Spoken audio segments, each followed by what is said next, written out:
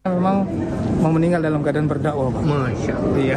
Memang beliau Ini sudah kedua kalinya. Kedua kalinya beliau datang ke sini. Saya kemarin tak salah katanya 15 di tahun lalu. Haji hari Senin, hari Minggu di Minasaupa juga. Iya, di Darul Muntakin di depan, Pak. Iya. Di masjid di depan. Iya, kasih banyak. Husnul khotimah itu bukan perkara mudah. Husnul khotimah itu tidak dibeli, bisa dibeli dengan harta. Sekalipun harta kamu triliunan, saya bakal beli husnul khotimah 50 triliun, nggak bakal bisa beli husnul khotimah. Jabatan kamu tinggi, nggak bakal bisa jabatan kamu memberikan predikat pada husnul khotimah. Maka ulama mengutip ada 3 poin, diantaranya misteri kematian. Nah, dan salah satunya wa kam min sahihin mata bi ghairi illatin. Berapa banyak orang yang sehat kemudian meninggal dunia tanpa harus sakit dulu. Jadi wa kam min sahihin mata min ghairi illatin. Berapa banyak orang yang sehat kondisi wafat dalam kondisi tidak mesti sakit dulu. Wa kam min alilin 'aisha hinan min ad-dahr. Dan berapa banyak orang yang sakit tapi masih hidup gitu. Dia 5 tahun, 10 tahun kena stroke tapi masih aja hidup. Inilah kadang-kadang misteri kematian. Bikat bi rizqihi wa ajli wa amili wa syaqiyun am sa'idun. Jadi sudah ditentukan rezekinya, ajalnya dan amalnya atau perbuatannya. Wa syaqiyun am sa'idun. Dan dia akan dalam kondisi bahagia ataupun sengsara. Itu sudah ditentukan.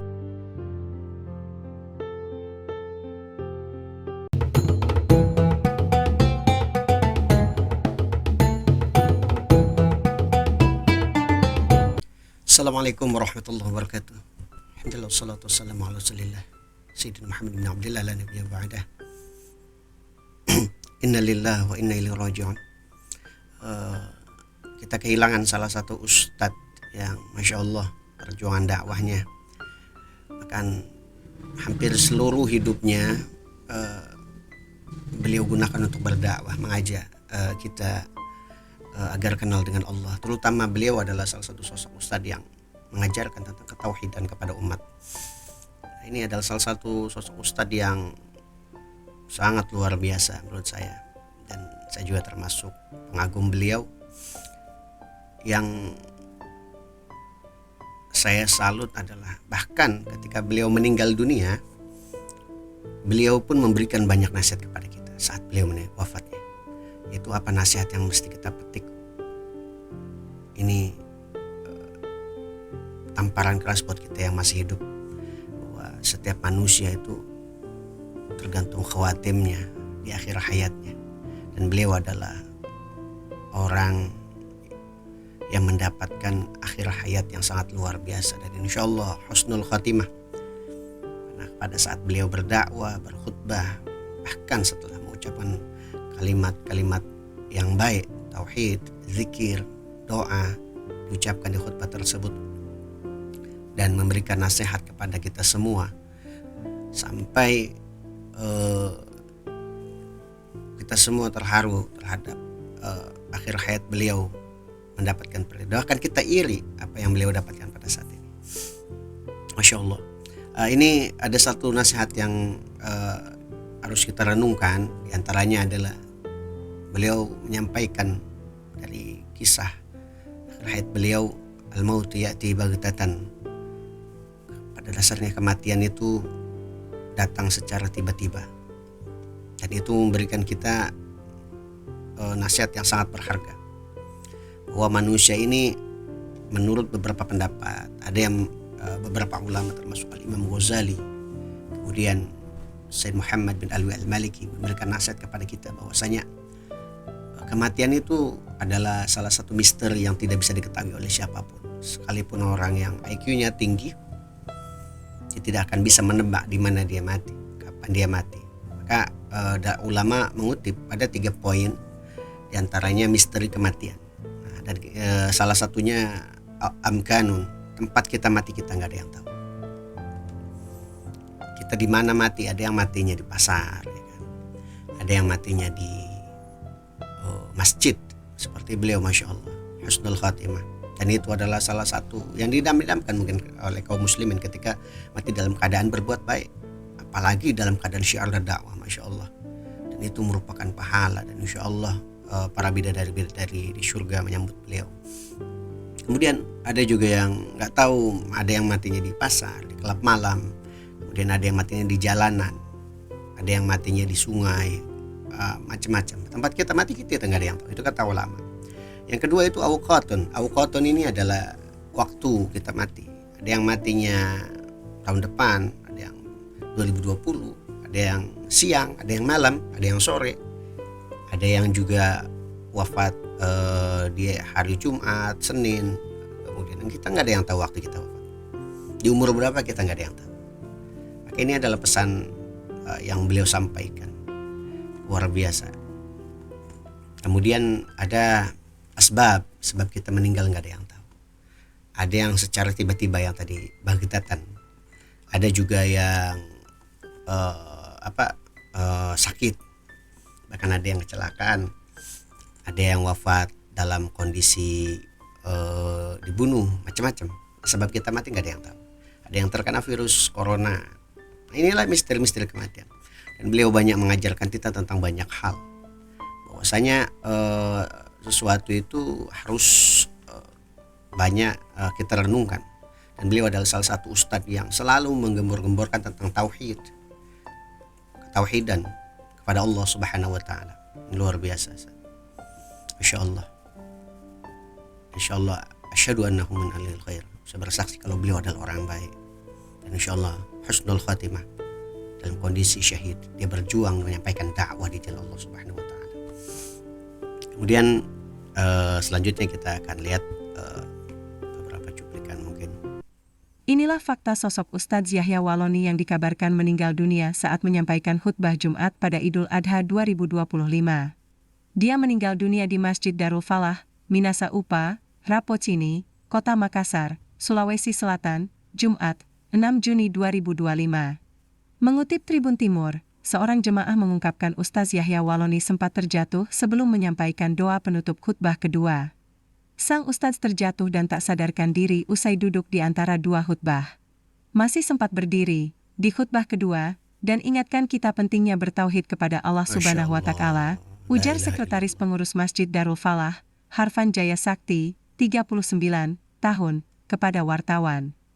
Meski sempat dilarikan ke RS Bahagia yang berada 100 meter dari masjid, tapi nyawa Ustadz Yahya Waloni tidak bisa diselamatkan lagi.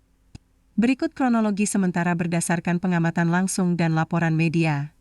Jumat pagi, 6 Juni 2025 sedih Ustadz Yahya tiba di Masjid Darul Falah Minasa Upa, Jalan Aroepala, Kelurahan Gunung Sari, Kecamatan Rapocini. Pukul 12.30 WITA, ia memulai khutbah Jumat. Beberapa saksi menyebut dirinya sempat menyelesaikan sebagian lalu mengalami gejala pingsan. Saat berdiri di mimbar, ia tiba-tiba roboh. Jamaah yang panik langsung membantu dan petugas masjid mengevakuasinya. Pukul 13 WITA, ia dilarikan ke rumah sakit terdekat. Namun menurut saksi dan laporan media, nyawanya akhirnya tidak tertolong. Insyaallah, dari cuplikan di awal tadi juga kita menyaksikan kalau beliau ingin wafat dalam kondisi berdakwah. Insyaallah. Ini luar biasa Ustaz. Insyaallah kita turut kehilangan sosok beliau yang luar biasa dalam menyampaikan dakwah-dakwah tauhid. Masya Allah. Dan banyak pesan juga yang harus kita kutip dari kisah-kisah beliau, bahwa kematian itu selalu datang tiba-tiba. Bahkan kematian yang kita harapkan itu adalah meninggal dalam kondisi yang baik ataupun berdakwah. Kemudian kondisi-kondisi yang memang diridhoi oleh Allah Subhanahu wa taala. Dan ada satu kalimat syair yang dikutip oleh Imam Syafi'i, yang disampaikan oleh Imam Syafi'i, yang mungkin akan menjadi renungan buat kita semua.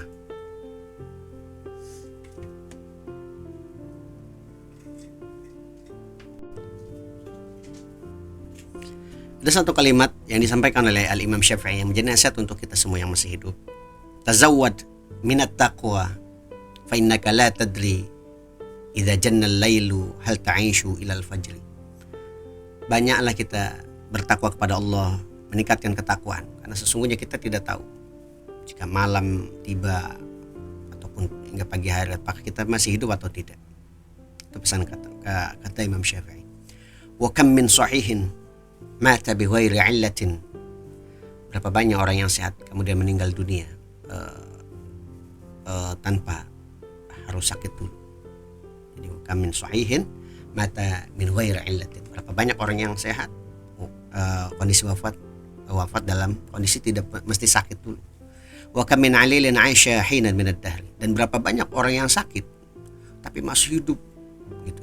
Dia 5 tahun, 10 tahun kena stroke tapi masih aja hidup. Inilah kadang-kadang misteri kematian. Inilah kadang-kadang yang menjadi misteri kematian untuk semua manusia. Wa kam min fata amsa wa asbaha dhahikan wa qad nusijat akfanuhu wa huwa la yadri. Betapa banyak pemuda-pemuda ketawa di pagi hari, petang hari, padahal kain kafan sudah ditenun untuk dirinya, tapi mereka tidak sadar. Jadi inilah Masya Allah pesan-pesan yang mesti kita renungkan. Dan beliau mengajarkan kita banyak semua, bahkan di akhir hayat beliau menyampaikan banyak poin nasihat yang berharga untuk kaum muslimin, Masya Allah. Dan luar biasa. Semoga kita semua selalu dalam kondisi ketetapan iman dan Islam dan wafat dalam keadaan husnul khatimah. Seperti yang beliau alami. Husnul khatimah adalah bukan perkara mudah. Husnul khatimah itu mau kita tiap hari pagi siang malam ibadah, tapi kadang-kadang ketika Allah tidak ridho kepada kita dengan kesombongan ibadah kita, kadang-kadang itu menjadi poin yang merugikan umat. Maka keimanan ketakwaan itu adalah berdasarkan dari hati kita, kemudian keyakinan kita tanpa ada rasa sombong, karena iblis dilaknat dengan rasa sombong. Kemudian poin pentingnya adalah berapa banyak orang-orang yang ada satu hadis yang memang mesti kita sampaikan pada hari ini, dan sosok beliau banyak mengajarkan kita. Salah satunya hadis yang diriwayatkan oleh Ibnu Mas'ud radhiyallahu anhu qala hadatsana Rasulullah sallallahu alaihi wasallam wa shadiqul masduq. Ibnu Mas'ud radhiyallahu anhu pernah berkata, Rasulullah sallallahu alaihi wasallam berkata kepada kami, kata Ibnu Mas'ud, dan beliau adalah orang yang benar dan pasti dibenarkan omongannya. Ini hadukum yajma'u khalquhu fi batni ummihi 40 yawman nutfatan. Jadi kita itu diciptakan dari perut ibu itu 40 hari dalam kondisi nutfah. Nutfah itu sperma. Tsumma yakunu 'alaqatan mithla dzalik. Kemudian dijadikan segumpal daging. Tsumma yakunu segumpal darah. Tsumma yakunu mudghatan mithla dzalik. Kemudian menjadi mudghah ataupun segumpal daging. Tsumma yursalu ilaihil malaku fayunfakhu fihi ruh. Jadi malaikat disuruh oleh Allah untuk meniup takdir kepada sang bayi yang ada di perut ibunya tersebut. Yu'mar bi arba'in kalimat, dan disuruh untuk memberikan 4 kalimat takdir kepada si anak tersebut sebelum dilahirkan ke dunia. Bikat bi rizqihi wa ajli wa amali wa syaqiyyun am sa'idun. Jadi sudah ditentukan rezekinya, ajalnya, dan amalnya atau perbuatannya. Wa syaqiyyun am sa'idun. Dan dia akan dalam kondisi bahagia ataupun sengsara. Itu sudah ditentukan. Nah, dan hanya doalah yang akan mengubah segala takdir tersebut. Makanya perbanyak doa dan takwa. Kemudian Fallahil ladzi la ilaha illa ghairuhu inna hadukum la ya'malu bi amali ahli jannah hatta ma yakunu bainahu wa bainaha illa dhira'un fayasqu alaihi kitab fayamalu bi amali ahli nar fayadkhuluha. Kemudian berapa banyak dan demi Allah terhadap Tuhan yang tidak ada Tuhan selainnya, Rasulullah mengatakan demikian. Berarti kalau sudah dinyatakan sumpah berarti memang betul-betul. Jadi sesungguhnya di antara kamu ada orang-orang yang melakukan perbuatan ahli syurga, selama hidupnya melakukan ahli syurga. Bahkan antara syurga dengan dirinya itu cuma jarak 1 hasta. Tetapi catatan mendahulinya, akhirnya dia melakukan perbuatan ahli neraka, maka ia pun ahli neraka. dalam artian di akhir hayatnya tiba-tiba dia melakukan ahli neraka, kemudian dia wafat sebagai kategori ahli neraka. Bahkan sebaliknya, fa inna ahadakum la ya'malu bi 'amali ahli nar, ketika ada seseorang yang melakukan amalan-amalan ahli neraka penuh dosa, hatta ma yakunu bainahu wa bainaha illa dhira'un fa yasiqu 'alaihi al-kitab fa ya'malu bi 'amali ahli al-jannah fa yadkhuluha. Kemudian di akhir hayat dia bertobat pada Allah dan dia memperbaiki dirinya kepada Allah, dia mendekatkan dirinya kepada Allah, bertakwa kepada Allah dengan amalan-amalan ahli syurga, maka di akhir hayat dia wafatkan karena husnul khatimah fa yadkhuluha, maka dia akan memasuki surganya Allah Subhanahu wa taala. Hadis ini diriwayatkan oleh Imam Bukhari dan Muslim. Dan ini merupakan pesan untuk kita semua bahwa taubatlah sebelum terlambat. Maka masih ada kesempatan sebanyak apapun dosa kita. Kalau kita mau meluluhkan hati kita, menundukkan hati kita, bertobat kepada Allah Subhanahu wa taala, insyaallah Allah kasih dengan reward yang sangat luar biasa, yaitu surga dan mati dalam keadaan husnul khatimah. Husnul khatimah itu bukan perkara mudah. Husnul khatimah itu tidak bisa dibeli dengan harta. Sekalipun harta kamu triliunan, saya bakal beli husnul khatimah 50 triliun, gak bakal bisa beli husnul khatimah. Jabatan kamu tinggi, gak bakal bisa jabatan kamu memberikan predikat kepada husnul khatimah. Kemudian ibadah kamu banyak, juga belum tentu mendapatkan husnul khatimah. Yang ibadah banyak aja belum tentu husnul khatimah, apalagi yang sedikit. Maka itulah pentingnya kita berlomba-lomba dalam beribadah dan bertakwa. Nah, nanti selama beribadah kita tidak boleh sombong. Itulah yang akan orang yang ibadah kemudian tidak sombong, tidak merasa dirinya benar. Kemudian dia selalu merasa hina di hadapan Allah, di hadapan Tuhannya. Maka itu adalah salah satu orang yang sudah pasti mendapatkan ridha Allah. Tapi beda orang yang beribadah kemudian beliau Masya Allah ya, tapi itulah memang kehidupan, tidak ada yang tahu. Maka tugas kita adalah menggapai rahmat Allah Subhanahu wa taala, ya kan. Tapi yang jelas orang yang rajin ibadah aja belum tentu mendapatkan husnul khatimah, apalagi yang tidak ibadah. Maka itulah pentingnya berlomba-lomba dalam takwa dan keimanan. Dan setiap khutbah itu disampaikan, ittaqullah haqqa tuqatih wa la tamutunna illa wa antum muslimun. Bertakwalah kepada Allah dengan sebaik-baiknya takwa. Sebaik-baiknya takwa apa? Ibadah terus-menerus, konsisten, tidak pernah menyerah dalam menggapai rahmat Allah. Wala tamutunna illa wa antum muslimun, dan janganlah engkau wafat kecuali dalam keadaan muslim. Sosok Ustadz Yahya Waloni mendapatkan kenikmatan yang luar biasa. Di akhir hayatnya beliau wafat dalam kondisi muslim, dalam kondisi memegang ketauhidan kepada Allah. Di akhir hayatnya beliau sudah menyampaikan kebaikan, menyampaikan kalimat-kalimat yang baik, zikir-zikir, doa, bahkan nasihat-nasihat yang baik. Dan insya Allah beliau adalah termasuk bi'amali ahlil jannah fayadkhuluha. Di akhir hayatnya beliau mengerjakan amalan yang baik, bahkan setiap harinya beliau selama kehidupannya mengamalkan amalan-amalan baik, dan di akhir hayatnya pun mendapatkan amalan baik, dan insya Allah predikatnya husnul khatimah dan syahid. Dan inilah yang mungkin setiap muslim harapkan untuk bisa seperti beliau.